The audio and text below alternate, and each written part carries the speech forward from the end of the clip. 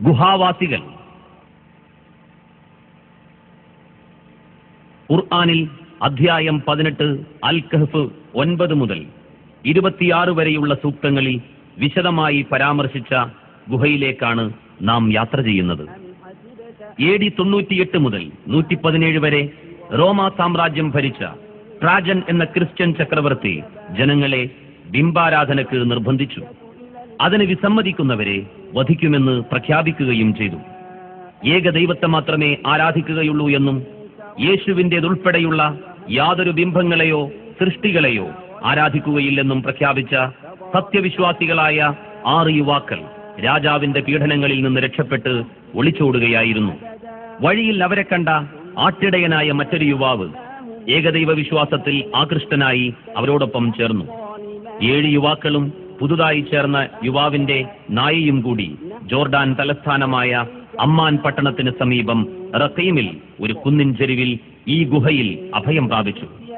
അവർ പ്രാർത്ഥിച്ചു, ഞങ്ങളുടെ നാഥ, നിന്റെ പക്കൽ നിന്നുള്ള കാരുണ്യം നീ ഞങ്ങൾക്ക് നൽകുകയും ഞങ്ങളുടെ കാര്യം നേരായ വിധത്തിൽ നിർവഹിക്കുവാൻ ഞങ്ങൾക്ക് സൗകര്യം നൽകുകയും ചെയ്യണമേ. അള്ളാഹു അവർക്ക് നിർഭയത്വം നൽകി ഗാഠമായ ഉറക്കത്തിലാഴ്ത്തി. 300 വർഷം തുടർച്ചയായി ഉറങ്ങിക്കിടന്ന യുവാക്കൾ പിന്നീട് ഉണർന്നു. ഏതാനും മണിക്കൂറുകൾ മാത്രമേ തങ്ങൾ ഉറങ്ങിയിട്ടുള്ളൂ എന്ന് തെറ്റിദ്ധരിച്ച യുവാക്കൾ ആരുമറിയാതെ ഭക്ഷണം വാങ്ങാൻ ഒരാളെ മാർക്കറ്റിലേക്ക് വിട്ടു. 3 നൂറ്റാണ്ട് മുമ്പ് നിലവിലുണ്ടായിരുന്ന നാണയങ്ങളുമായി വന്ന യുവാവിനെപ്പറ്റി സംശയം തോന്നിയപ്പോൾ അദ്ദേഹം ഗവർണറുടെ മുമ്പിൽ ഹാജരാക്കപ്പെട്ടു. 3 നൂറ്റാണ്ട് മുമ്പ് ഗുഹയിൽ അഭയം പ്രാപിച്ച സത്യവിശ്വാസികളായ യുവാക്കൾ ദൈവിക കൽപ്പന പ്രകാരം ഉണർന്നെഴുന്നേറ്റ് വന്നുവെന്ന് മനസ്സിലാക്കിയ ഗവർണർ യുവാവിനെ അന്നത്തെ ബൈസന്റൈൻ ചക്രവർത്തിയായ തിയോഡോഷ്യസ് രണ്ടാമന്റെ മുമ്പിൽ ഹാജരാക്കി. AD 408 മുതൽ 450 വരെയായിരുന്നു അദ്ദേഹത്തിന്റെ ഭരണകാലം. യുവാവിന്റെ കൂടെ ഗുഹയിലേക്ക് തിരഞ്ഞു വന്ന ഗവർണറും ചക്രവർത്തിയും ജനങ്ങളും യുവാക്കളെ ആദരിച്ചു. ദൈവിക ശക്തി കണ്ട് ജനങ്ങൾ അമ്പരന്നു. ഉയിർത്തെഴുന്നേൽപ്പ് നാൾ സത്യമാണെന്നതിന് ഒരു സാമ്പിൾ കാണിക്കുകയായിരുന്നു അല്ലാഹു. വീണ്ടും ഗുഹയിൽ ഗാഠനിദ്രയിലേക്ക് ആഴ്ത്തപ്പെട്ട യുവാക്കൾ പിന്നീട് മരണപ്പെട്ടു. അവരുടെ മൃതദേഹങ്ങൾ ഗുഹക്കകത്തെ വെവ്വേറെ ഖബറുകളിൽ വെച്ചിരുന്നുവെങ്കിലും പിന്നീട് ഒരു ഖബറിലേക്ക് മാറ്റിവെക്കപ്പെട്ടു. ഇപ്പോഴും ആ എല്ലുകൾ ഖബറിനകത്ത് കാണാം. വിവരണം നൽകുന്നത് ഗുഹയുടെ കാവൽക്കാരൻ മുഹമ്മദ് യൂസുഫുൽ അർഖൂബ്.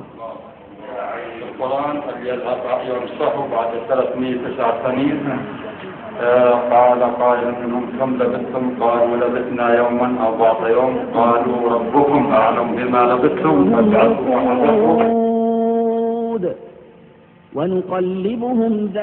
ഗുഹയിലേക്ക് വെളിച്ചവും വായുവും കടക്കുന്ന ദ്വാരം.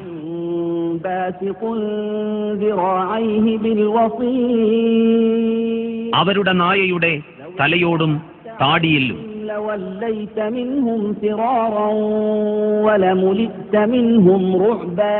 പുറത്തുനിന്ന് ഗുഹയിലേക്ക് വായുവും വെളിച്ചവും കടക്കുന്ന ദ്വാരം. ഗുഹയ്ക്ക് മുകളിലെ തൂണുകൾ അവരെ ബഹുമാനിച്ചിരുന്ന റോമൻ വിശ്വാസികൾ നിർമ്മിച്ച ആരാധനാലയത്തിന്റെ അവശിഷ്ടങ്ങളാണ്. ഉമവിയ ഖലീഫ അബ്ദുൽ മലിക് നിർമ്മിച്ച സ്മാരക മന്ദിരത്തിന്റെ അവശിഷ്ടങ്ങളാണ് പാർശ്വഭാഗത്ത് കാണുന്ന കരിങ്കല്ലുകൾ. ഏറ്റവും അവസാനം ഗുഹാമുഖത്തെ മണ്ണ് മാറ്റിയത് 1963 റഫീഖ് വഫ അദ്ദീജാനി എന്ന ഗവേഷകന്റെ നേതൃത്വത്തിലാണ്.